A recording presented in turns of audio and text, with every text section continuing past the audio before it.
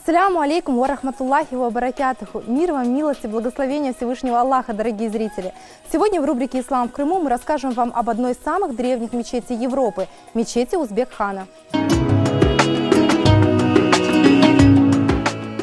Город Сулхат, расположенный в бассейне реки Чурюксу, возник в 13 веке. Он был первой столицей Крыма. Позднее он стал называться Крым. Рассвет города пришелся на 14 век. В этот период Сулхат был крупным торговым центром на шелковом пути из Азии в Европу.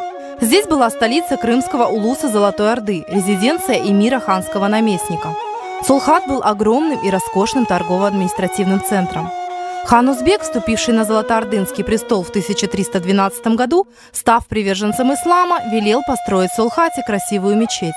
Строительство мечети было начато в 1314 году.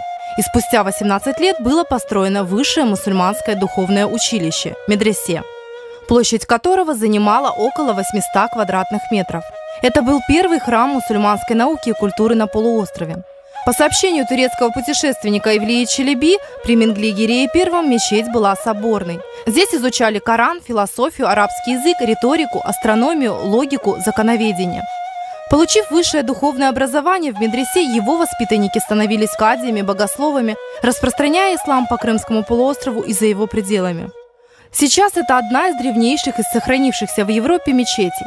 От первоначальной постройки сохранились колонны, молитвенная ниша михраб, украшенная резьбой по камню, портал с надписью на арабском языке, восхваляющий величайшего хана Мухаммада Узбека. Поэтому храм называется мечетью Узбека. По своим формам мечеть базиликального типа здания, прямоугольная, с входом с северной стороны и встроенным в северо-восточный угол минаретом. Продольной осью здание ориентировано в направлении север-юг, с тем, чтобы находящиеся в зале мусульмане, молясь, обращали свои лики к югу, в сторону Мекки. От высокого минарета осталось только основание. Главный зал медресе, где проходили занятия, был облицован черным мрамором. Колонны имели высоту до 15 метров. В зале помещалась богатейшая библиотека, где особой ценностью являлся Коран, издание 850 года. Богато украшенный рисунками и гравюрами, сейчас он находится в фондах Эрмитажа.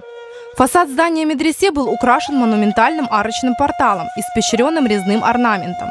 Сейчас от духовного училища остались лишь живописные руины. В начале 20 века в здании располагался городской краеведческий музей. После возвращения на родину крымских татар мечеть была частично отреставрирована, и сейчас она открыта для богослужений.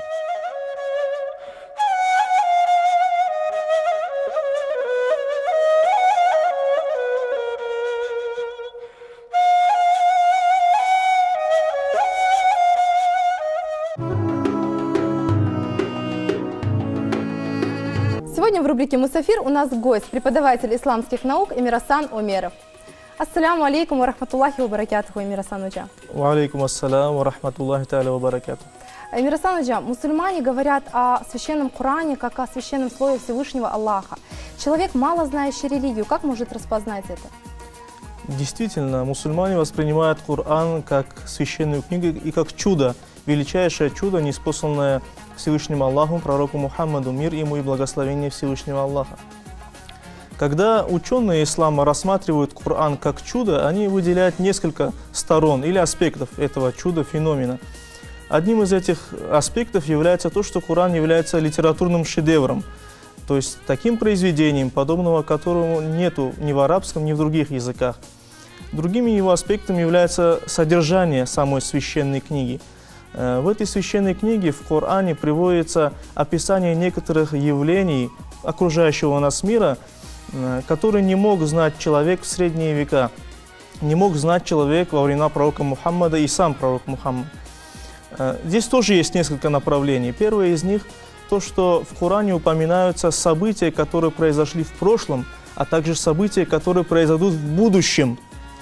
И эти события, которые произойдут в будущем, они на самом деле произошли. И это подчеркивает божественную сущность именно Корана, то, что знания в этой книге были ниспосланы пророку Всевышним Аллахом, они сочинены им.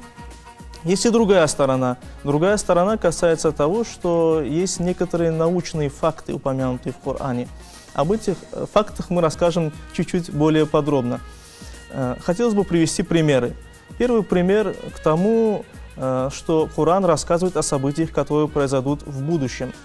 Например, в суре Рум в начальных аятах пророк говорит со слов Всевышнего Аллаха о том, что византийцы, римляне, византийцы, они проиграли войну персам, но они победят в скором времени в месте, которое является нижайшим на земле в течение нескольких лет.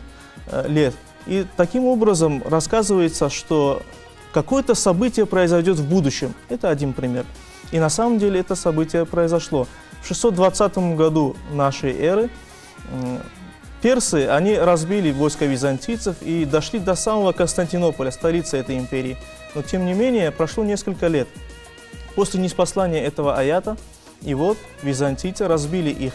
И на самом деле в месте, которое является нижайшим на земле, то есть это в долине реки Иордан, около Мертвого моря. Этот факт географически мы знаем, что это самая низкая часть мира. Это пример историческим тем каким-то предвидением, которое случатся в будущем, а также есть еще и научные факты.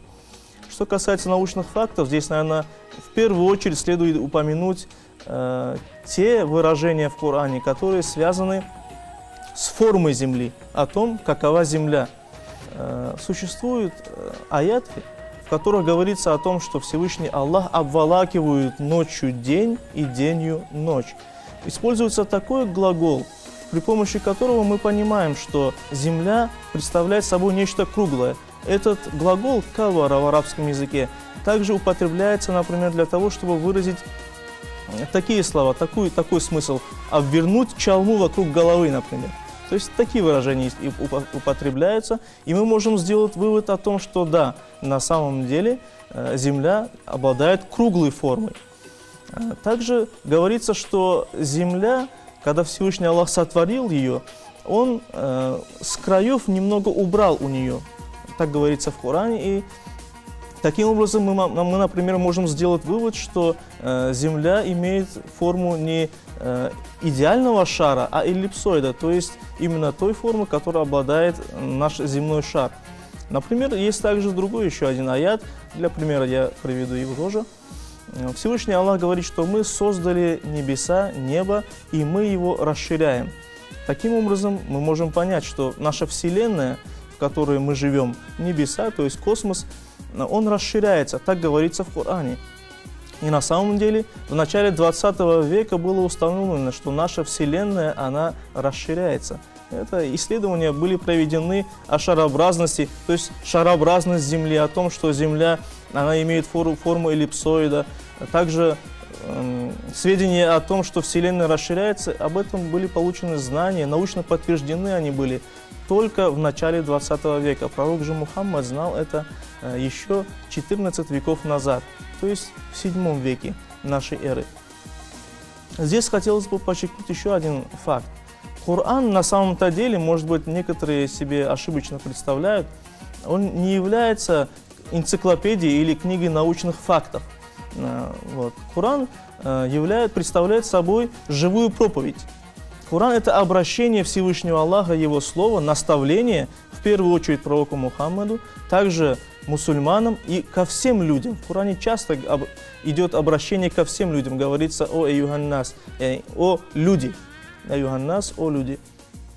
И естественно же, поэтому мы не можем сказать, что в каждом аяте Корана содержится какой-то научный факт. Но тем не менее, Всевышний Аллах для того, чтобы показать чудо Корана, то, что в Коране содержатся сведения, которые актуальны и в наше время, знания которых мы можем приобрести только в наше время при помощи нашей науки, естественно, для того, чтобы обратить взоры людей, которые не являются мусульманами. Таким образом, каждый человек, даже не являясь мусульманином, он может узнать о чуде Корана, о том, что эта книга представляет собой чудо, явленное пророком Мухаммадом, это слова Всевышнего Аллаха, если он прочитает эту книгу. Конечно, хотелось бы, чтобы каждый читал Коран, знакомился с религией своего соседа, даже если он не является мусульманином.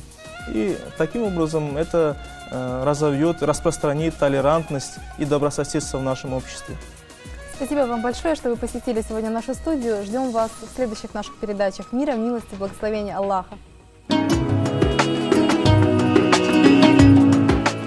Сегодня в рубрике «Этикет и здоровье по сунне» мы расскажем вам об этике обращения со священным Кораном. Одно из внешних обязательных условий при чтении Корана – наличие малого омовения, особенно если будете держать Коран в руках. Всевышний Аллах сказал о Коране: прикасаются к нему только очищенные. 56 сура, 79 аят. То есть только те, кто очистил себя тахаратом. Категорически мужчинам и женщинам нельзя трогать Коран после интимной близости до совершения полного омовения. Нельзя женщинам прикасаться и читать Коран вне очищения.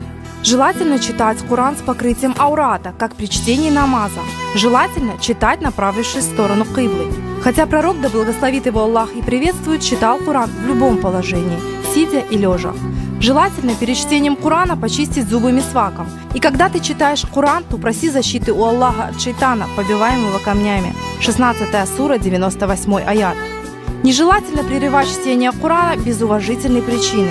Однажды пророк Мухаммад, да благословит его Аллах и приветствует, услышал, как Абу Муса аль-Ашари красиво читает Коран, и сказал ему: «Тебе дарован прекрасный голос, поэтому желательно стремиться к тому, чтобы читать Коран красивым голосом». Желательно читать Коран согласно правилам, выставленным с помощью вспомогательных букв, которые регламентируют остановки и смысловые паузы в Коране.